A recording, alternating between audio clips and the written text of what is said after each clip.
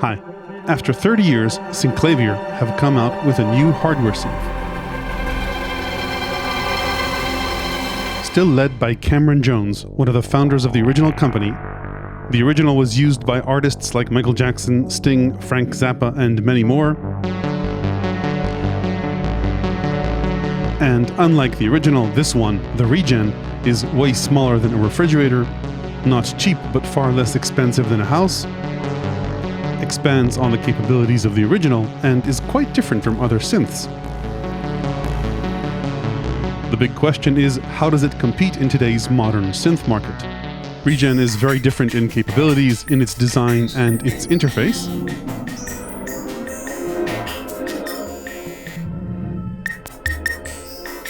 It's a synth that seamlessly combines FM, additive synthesis, which can behave like a wavetable synth, subtractive synthesis, and sample playback,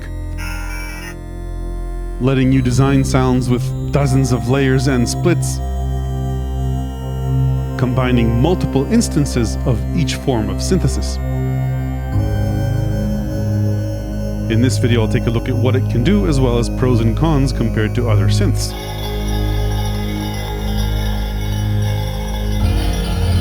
Before I start, a quick disclosure: Synclavier sent this pre-production model of Regen over for review.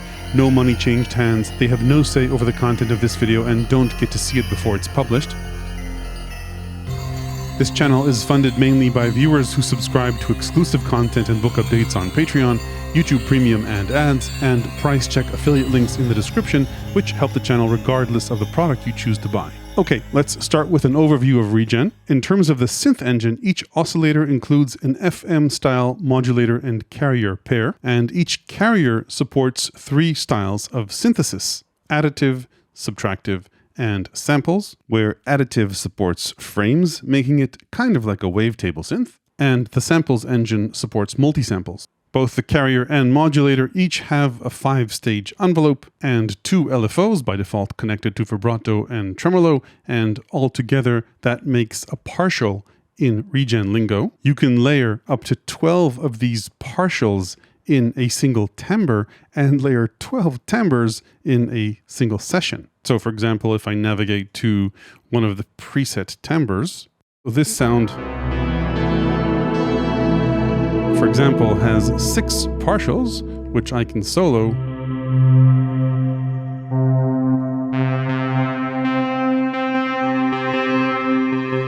Or just listen to them together.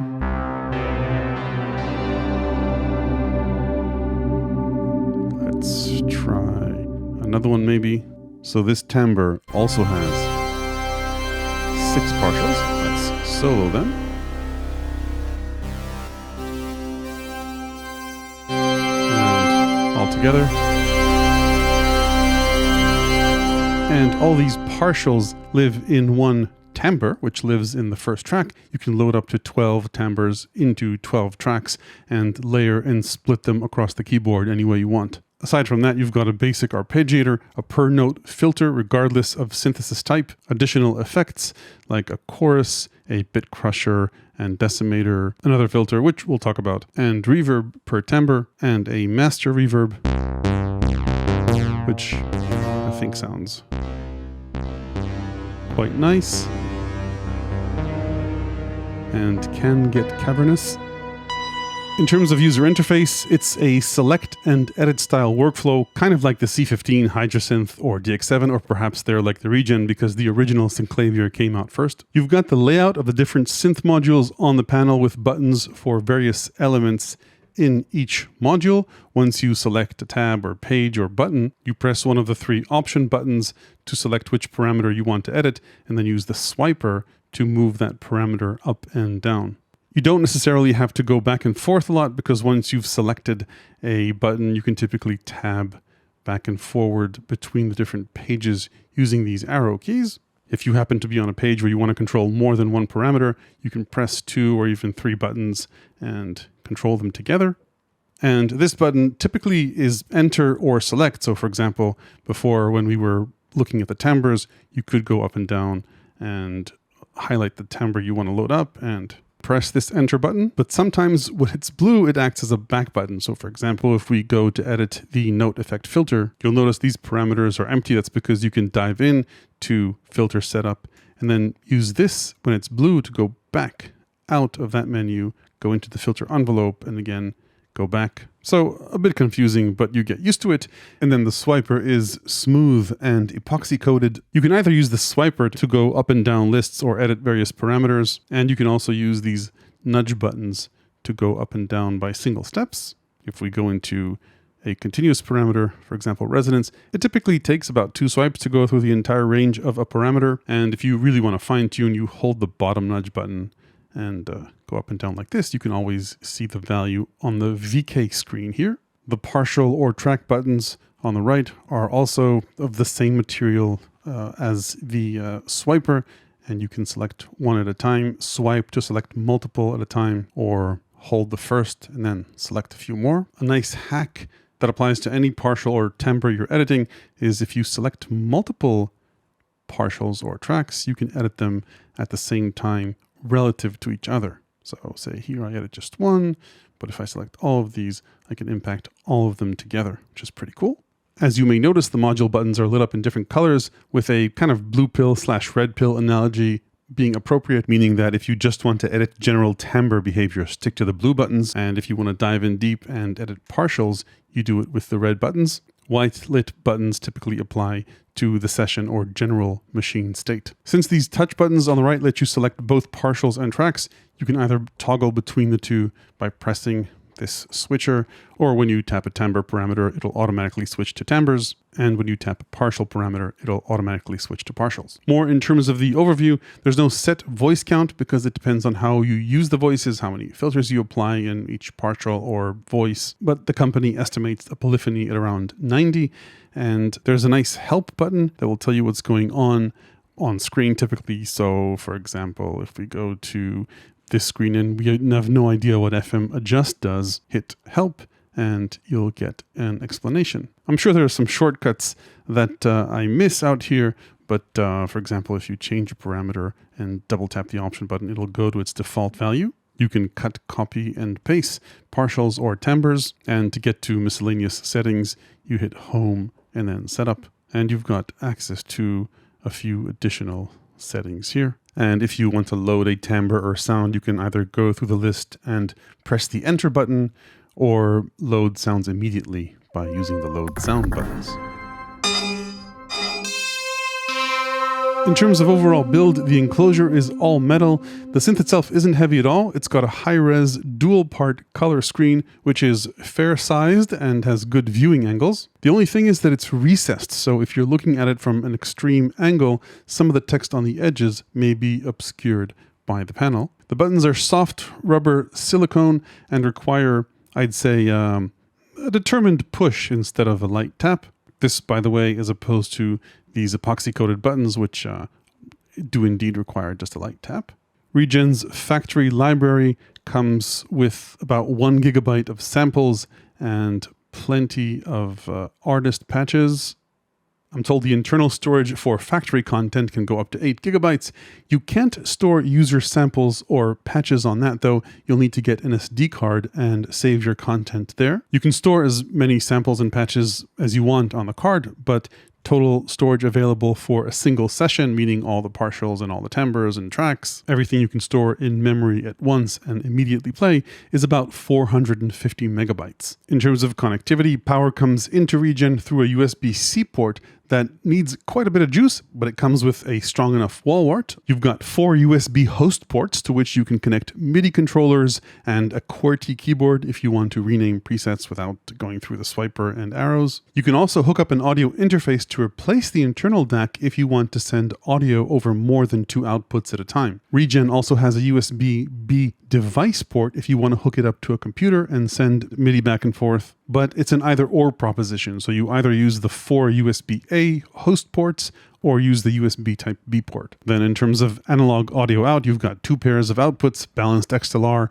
and unbalanced 1/4 inch, 2 ground lift dip switches, 1 for each side, and a headphones output. Finally, something you don't see in this picture but will be in the production model, you've got 2 3.5mm MIDI jacks, 1 for MIDI in and another for MIDI through. There's no audio input, by the way, so you can't sample using Regen, only playback samples you load up from the internal storage or the SD card. Hopefully one day they'll add sampling using an external audio interface, but I don't think that's on the roadmap. And there's a VESA mount on the back, on the bottom, which is very useful for getting it to float above your setup. If you get a Bluetooth USB dongle, then you might be able to use it for MIDI. It's not officially supported. And that's pretty much it for the overview. Before I take a closer look at Regen, it's worth noting that while Synclavier haven't released a hardware synth in 30 years, they did release 2 software products. An iPad app called Synclavier Go that comes with many classic presets, and a collaboration with Arturia, Synclavier V. I won't go over all the differences, but in broad strokes, as far as the synth engine goes, the app includes only the FM and additive engines, and Synclavier V adds a single sample per partial to that. And then Regen takes those capabilities even further with a new Subtractive engine and a note filter with a dedicated filter envelope. This is on top of the partial envelopes. The sample oscillator also supports multisamples, something you don't get in Synclavier V, with quite a few interesting looping modes. And Regen and Synclavier V also have a different set of effects. It's worth noting that Regen currently does not support resynthesis, meaning the process of taking a sample and converting it to a set of additive frames you can play back, essentially like a wavetable, which Synclavier V does, but that option, I'm told by Synclavier, is on their radar for future firmware updates. As of now, by the way, the company said you can load patches from the iPad app into here, but not patches from Synclavier V. Okay, let's dive in a little bit deeper into Regen and talk a bit about the presets. You've got different types of presets: timbres, which are sounds; samples, which are just the samples regardless of any sound design you apply to them. There are reverb presets and session presets. A session is a combination of timbres organized in tracks. So sounds or timbres occupy a single track out of 12. Remember, each track can have multiple partials. If you want to save a setup with multiple tracks, that goes into a session. There are a few factory sessions in here. So for example, this one has 5 tracks, and you can recall them with the reverb or with additional settings. And while Regen doesn't have a sequencer, it actually can play back MIDI files, and these MIDI files support tracks. You play them back through here and then go into the simple player here. You can either hit play, pause, and that's pretty much it for the MIDI player. Sessions can also include different keyboard splits. And then there's another type of preset you can load, which is called a studio. Regen may not have any knobs, but you can map knobs on MIDI controllers to some but not all of its parameters. We'll talk about that later. These can be saved in something called a studio. So these different scopes can be confusing, but you just need to get to learn them. One of the important things to know is that when you load a timbre or a patch, you load it into a track, and the previous tracks stick around unless you highlight them all and press cut, which clears out everything. As you scroll through the factory content and libraries, there are a few views into the libraries. So this shows you obviously more names, fewer names, and a bit of information, and a lot of information, but one timbre at a time. As you can see, the screen will tell you how many partials will load up with each timbre. And yes, I asked, you can load up your own custom logo for the libraries. Anyway, let's talk a bit about red versus blue here. The blue parameters and pages are a great way to control timbres without diving in to the partials. The timbre panel or module impacts the track or timbre as a whole, and the note effects module, broadly speaking, impacts each note individually as it plays, though it does a few other things. Let's start with timbre or track controls. I'll load up perhaps some more complex session for this. Any one of these would do. Let's go for this. So I've got 3 tracks in this one. Level gives you control over levels and more. Remember, you choose the parameter you want to change, choose the track you want to edit, and then edit the values. And if you select multiple tracks, you can edit multiple values at a time.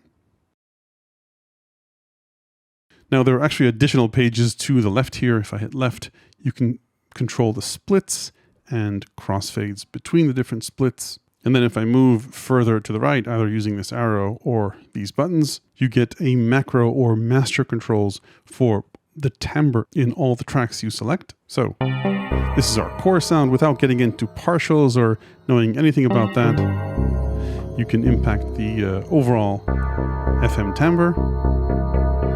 This is FM mod depth basically for all the partials in any tracks you select. FM ratio impacts the frequency of the modulator. Then you've got the useful transpose on a per timbre basis. Then another step to the right gives you access to chorus with a few options here, which are very nicely visualized, by the way. And then a per timbre reverb send. You can choose a different preset, reverb preset,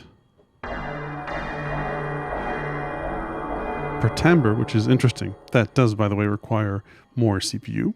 And then paging left and right here, again on the timbre level, you can control the reverb parameters, stereo image, pre-delay. And then if I go further to the left, there is a per timbre filter with a few slope options. And there's a resonance option here too. This filter is separate from the subtractive filter, which we'll talk about in a bit, and the note filter, which has an envelope. And continuing to the left, and I've loaded up a different sound, you've got bit depth controls. This goes up from 2-bit all the way to 12-bit. So this reduces the quality quite a bit. And then a decimator.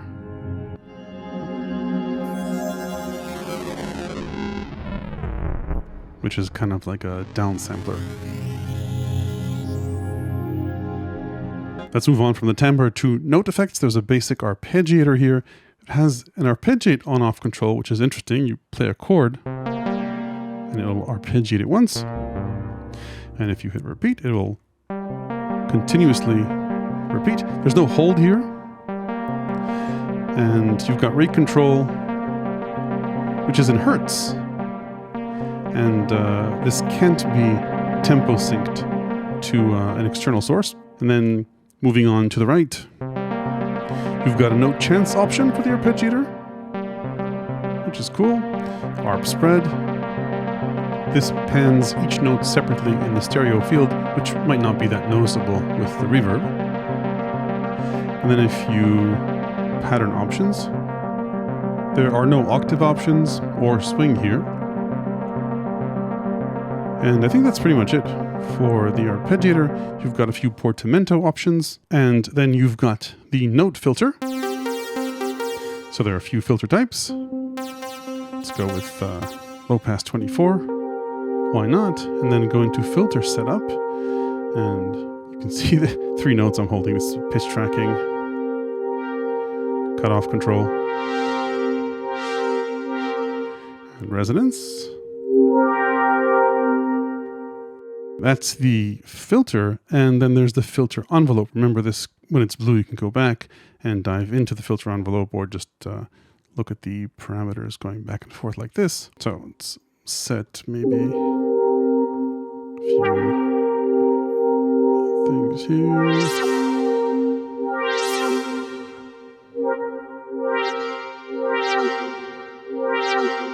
So as you can see, you can set pretty complex filter envelopes. And that's pretty much what you get for the top level timbre controls. Let's dive in to the partial controls, and let's take a look at the oscillator. Now we're not going to hear anything until I crank up its level, the partial volume.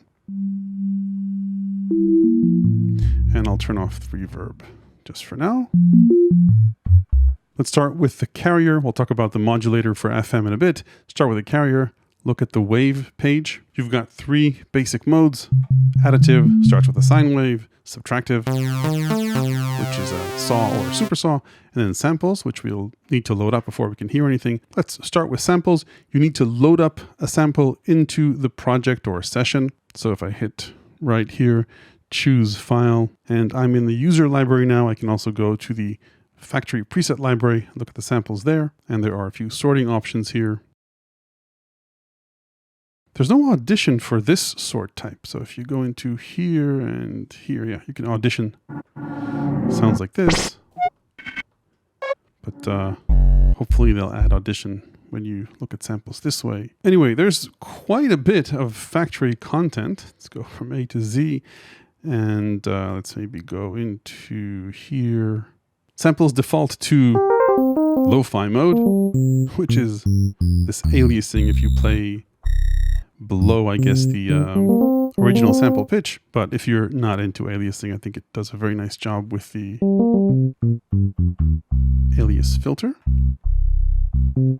Now, like I mentioned earlier, this supports multi-samples, so you can load multiple samples for different ranges of the keyboard. You set ranges just by holding the low key and the high key, and here we go, set a range like that, and then go back into it's called the patch list, and you can insert rows and load up to 48 samples. Now it's a bit of a tedious process, so I've gone ahead and set up a multi-sample, which I made of Una Corda by Native Instruments.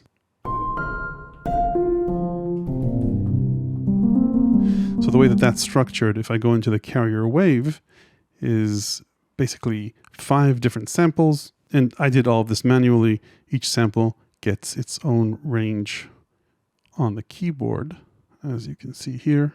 It's a bit tedious. I think it would be nice if, at the very least, you could import samples and they'd use the file name or the file pitch to automatically map it across the keyboard. You could also create drum kits like this, so play a different drum or a different loop per each key or per each range on the keyboard. If you wanted, you could also load up a multi-sample set like this for multiple levels, but then you'd need to split that up into different partials. And we'll talk about how to set that up using the partial crossfader in a bit. Once you load up a sample, you've got a few basic editing options. You can edit the start and end points. And for long samples, you need to swipe quite a bit. Hopefully it'll add some sort of smart swipe here. You could set loop modes and loop start and end, again requiring quite a few swipes to get this done, but you can get samples to loop, as you can hear now, and it puts in an automatic crossfade, which is nice. So a bit rough around the edges, but still quite a useful and powerful sound engine, especially considering the fact that you can layer these. Here's an example of one of the factory timbres. 4 layers of samples stacked one on top of the other.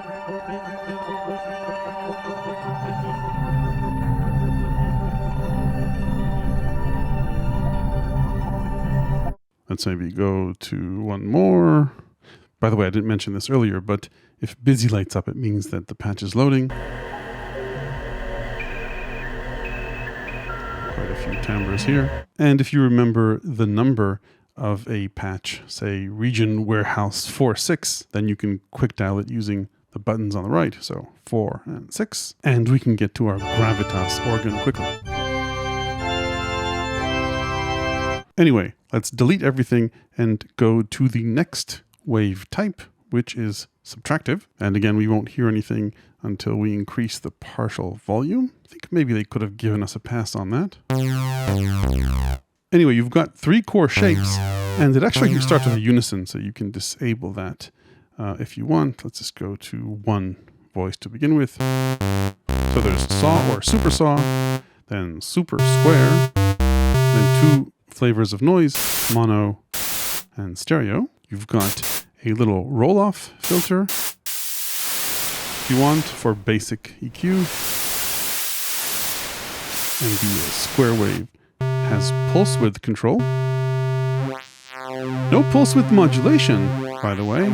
However, I think the unison makes up for that. Including a unison spread control.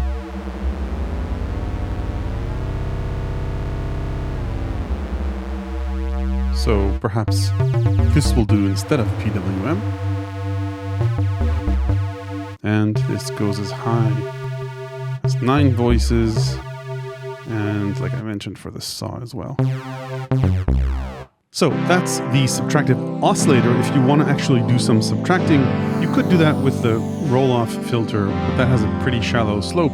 You'll probably want to do that in the note effects section we discussed earlier. Let's move on. Last but not least, we've got the additive engine. This engine, by the way, is the only option for the modulator, which we'll get to in a bit. Additive synthesis is based on the idea of taking sine waves and adding them up at harmonically relevant intervals. I made a whole video about additive synthesis linked below, so I won't go over all the theory, but in a nutshell, the idea is that any sound can be recreated using sine waves. In Regen, you can edit up to 24 harmonics, meaning sine waves at multiples of the fundamental frequency, and you can also edit their phase if you want. To edit the harmonics, you just hit the Edit Harmonic button, and then you edit them in groups of 8. You select which harmonic you want to edit using one or more buttons here, so I can increase the second harmonic and the third, and start drawing a minimalist version of a sawtooth wave. So this needs some work, obviously. You can select, as usual, multiple harmonics at a time and edit their levels. And you can continue doing this for harmonics 9 through 16. And also 17 through 24. Regen also has a few additive templates that are based on subtractive style waveforms. So if you set the harmonics just right, you'll get a sawtooth or something that looks very close to it. And there are a few other options. And if you really wanted, you could edit the phase of these harmonics, which is not how I want to spend an afternoon, but apparently if you want a perfect triangle wave, then that involves messing around with phase, not just with harmonics. Let's just listen to a few additive presets. Let's go into waves. So this sound, it's quite a lot of partials here. Let's solo them. It's just interesting to explore how a timbre like this is built up with panned partials, some barely audible, but the picture comes together quite nicely.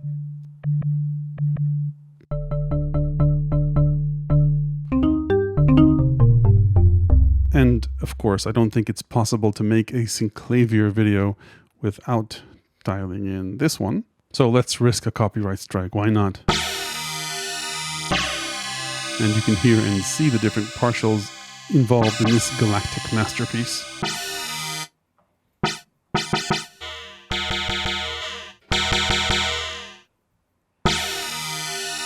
But wait, as they say there's more, you can actually sculpt multiple such additive waveforms called frames here in a chain and morph through them just as you would in a wavetable synth. Unfortunately, while I'd love to show you how this works here, I can't because in this beta firmware, the frames functionality isn't active yet. I'm told it's a few weeks away and will be in the final first version of the product. To give you an idea of how this works, let's take a look at Synclavier V. The idea is that you activate spots or kind of like keyframes on a timeline and change the waveform for each of those steps. And then you morph through those keyframes as you would on a wavetable synth. Now, frames actually do play on this version of the firmware, you just can't edit them. So for example, in this patch, this is the first frame, but you can hear how it cycles through different waveforms, and you can actually edit the frame speed here. So I can cycle through the waveform slower to get that trombone attack just right. Now this actually is an example of another interesting use for additive synthesis and frames, which is resynthesis. This is the process of extracting partials from a sample. As you may know, when you pitch a sample up, it plays faster, and when you pitch it down, it plays slower. However, when you break a sample down into additive frames, you can stretch time without impacting pitch and vice versa. So for example, this trombone attack will play at the same speed, regardless of whether we play lower or higher notes. The current version of Synclavier Regen doesn't support resynthesis. Hopefully they'll add it in a future firmware update. If you want to explore Synclavier style resynthesis for free, by the way, you can download the demo of Arturia Synclavier V, which supports resynthesizing a sample into a set of frames. Okay, so we know everything there is to know about carriers. Let's talk about the modulator. Like I mentioned earlier, there's only one type of modulator wave, an additive synthesis wave, though you can sculpt up to 24 harmonics for it as well. I've got a carrier playing a simple sine wave, and the modulator is a simple sine wave as well. We won't hear it until we increase the modulator level, also called partial FM or mod depth, FM mod depth. And this works as you'd expect an FM synth to. You can determine the ratio between the modulator and carrier.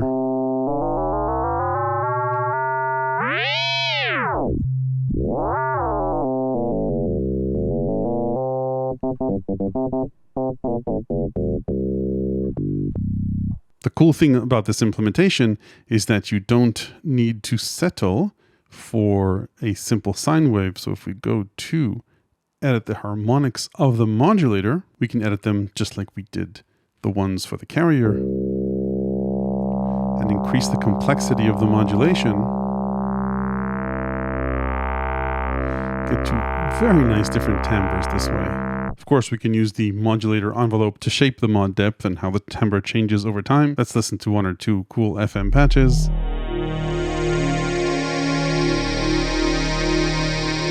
What would we do without FM bells? And there are some pretty good factory presets here, including an FM drum kit. And the nice thing about Regen is that FM can be applied to samples as well. So if we go back to my una corda sample, multi-sample, I'll just go into here for ease of use and slightly increase FM. Nice way to add FM distortion to a sample. Let's try this, for example, with this sample. So that's the raw sample. And then again, bump up FM. Let's try the ratio as well. So even just a bit of this is a really nice and dramatic way to distort and alter a sound. So we're almost done with the oscillator. Just one small note, there's a chorus function that applies both to samples. Yeah, this goes way beyond your typical chorus.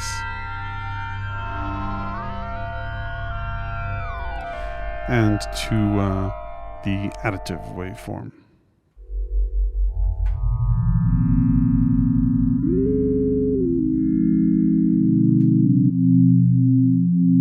So that's the oscillator. Let's talk briefly about the envelopes. Pretty straightforward, except that they go a little bit beyond ADSR. So we've got our lowly sine wave here. Let's maybe make it slightly less slowly with some partial FM.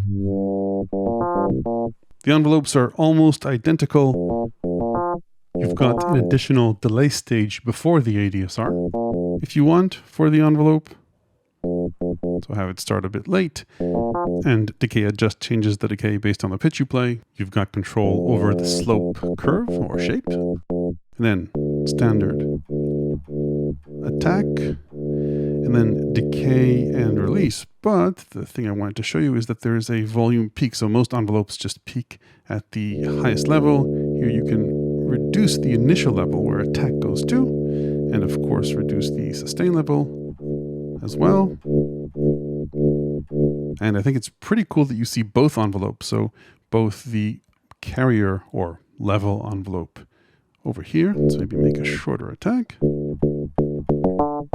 as well as the modulator envelope overlaid on top of it.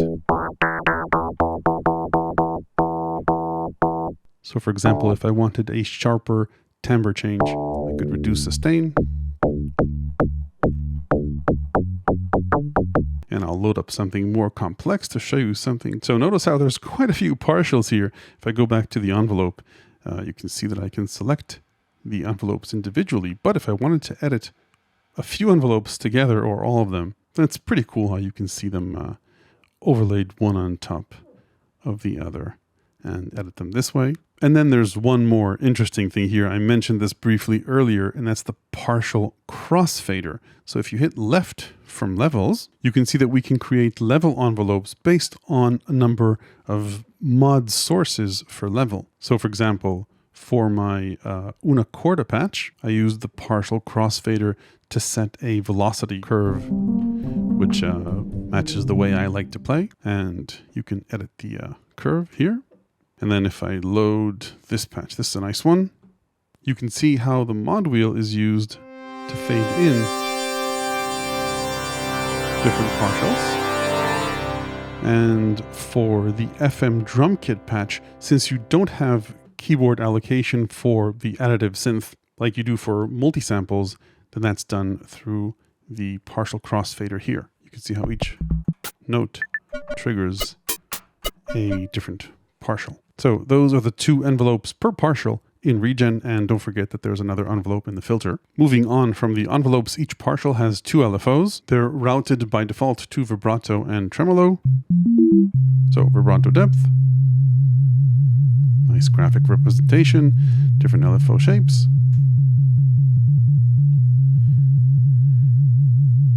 And also to tremolo. Nice stereo effect. Hopefully you can hear that. And a few shapes there too.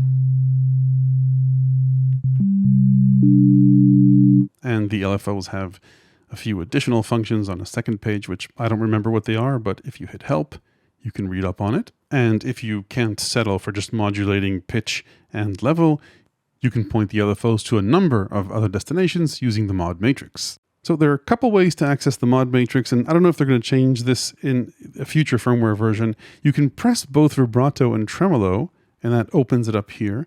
And when you're on some of the modules, you can also press the MIDI button.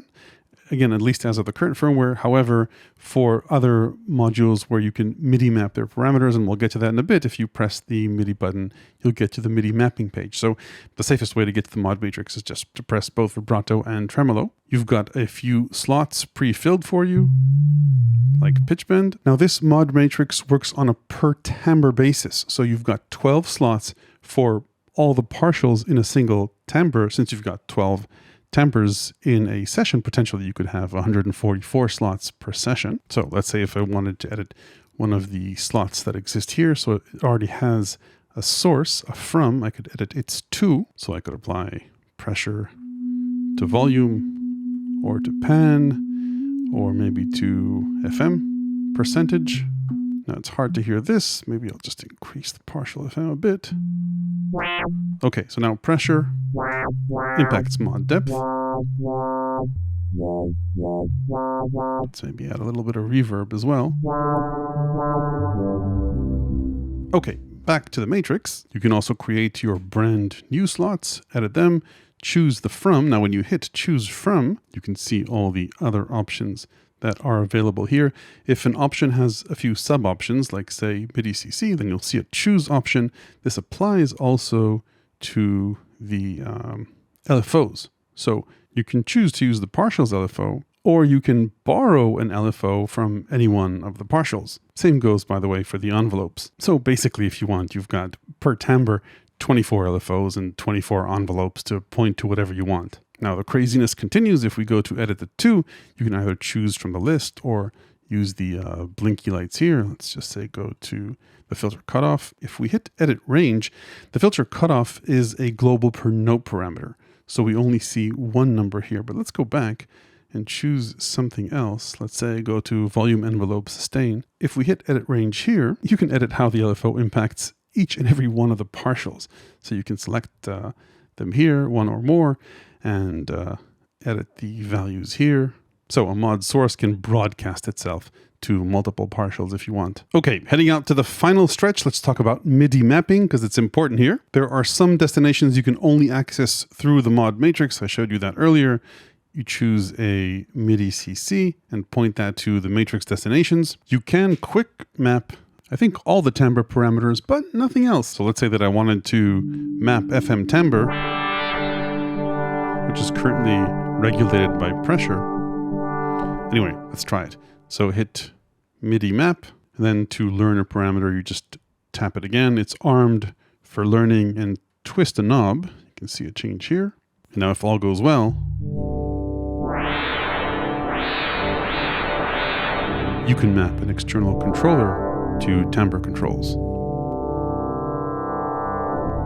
Like I mentioned earlier, these mappings are saved in the studio, so you can save these and have them apply globally regardless of the session. Before we head out to the pros and cons, a few miscellaneous items while we're on the setup page. The notes option lets you take a look at what is connected via MIDI and configure it. This is where you also select a different audio interface. So if you connect an audio interface to this over USB, it'll appear here. And you can then choose different outputs for the different tracks. Okay, so that's Synclavier, Regen. Let's talk about pros and cons. On the pros side, first, if you compare it to an old Synclavier, it has more synthesis features, it's not as big as a house, and doesn't cost like one. It doesn't include the sequencing features that were available on the original, but on the synthesis side, this is a massive step forward, assuming they add resynthesis at some point. But let's set that aside. How does Synclavier Regen compete in today's synth market? There are very few synths that include such a diverse set of synthesis options, sampling and multisampling, FM, additive with frames, which is kind of like wavetable synthesis, and virtual analog. Since Regen isn't cheap, here are a few alternatives you might consider. At a lower price, MiniFreak has plenty of interesting models, but it doesn't support sample playback or multi-sampling, and it also has 12 or 6 voices and isn't multi-timbral, so you're limited with layering. Then if you step up in price, there are a few workstations like Phantom, Nautilus, MPC Key, and others that have both extended polyphony for layering and a broad range of sample and synth sounds, which might be simpler in terms of the synthesis engine, but hardly lack timbral diversity, not to mention proper sequencing. And then there's Waldorf Iridium at a similar price with less polyphony, less multitimbrality, but with a few tricks up its sleeve that this doesn't have, like granular synthesis and a richer effects set. Pros for Synclavier Regen are the diversity of engines, and more so I think the fact that the engines aren't siloed, but rather can be split and intertwined, not just because you can layer them, but also because you can use Additive FM, the modulator, to, say, distort sample. I think the partial crossfader is a very powerful feature you don't get on other synths. And yes, the fact that there are so many partials and so many timbres opens up quite a few creative opportunities. On the cons side, probably the thing that bothers me most, and maybe it's subjective, is that ultimately you have just one swiper to make changes to parameters. This synth needs more knobs or faders or swipers, in my opinion. Now, yes, like I showed you earlier, you can map plenty of knobs to plenty of parameters, but I think at the very least it would have been nice to have 3 encoders here to control the 3 parameters instead of just one swiper. Sometimes you also need to dig in to get to an important parameter. So for example, the note filter cutoff, let me just choose a type here, is a pretty important parameter, I think. If there were macro knobs here, it would have been fantastic. One saving grace for this, though, is once you choose a parameter per button or per module, and then say go somewhere else and choose a different parameter, say semitones here, then as you go back and forth between them, back to the filter, that parameter is already pre-selected. You go back here, that parameter is pre-selected. So the fact that it remembers that makes navigating just a little bit easier. Anyway, not to beat a dead horse, but since you're going to need an external controller to play this anyway, just make sure it's one with a lot of knobs or as many knobs as you want, and a built-in sequencer and arpeggiator,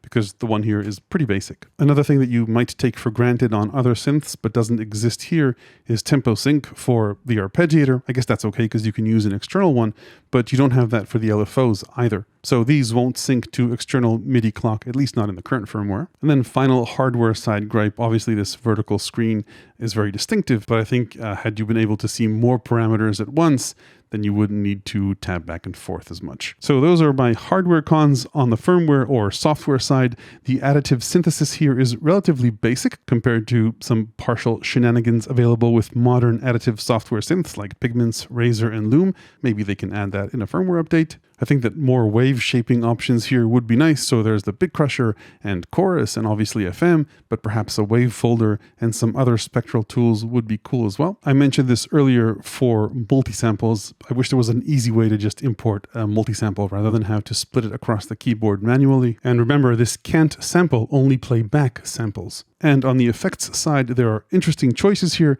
but I'm really missing a delay effect. Hopefully they can add that in a firmware update. So to sum it up, Synclavier Regen may need a few extra knobs, which you can add with an external controller, and it does take a while to learn for sure, but I think that the ease with which you can just summon up so many partials and timbres and layer them up is quite unlike any other synth, and there's just something about it, subjectively speaking, of course, that just oozes soul. So that's it for Synclavier Regen. If you liked the insights in this video, there are plenty more in my ever-expanding book of electronic music ideas, tips, and tricks available to the people who support this channel on Patreon.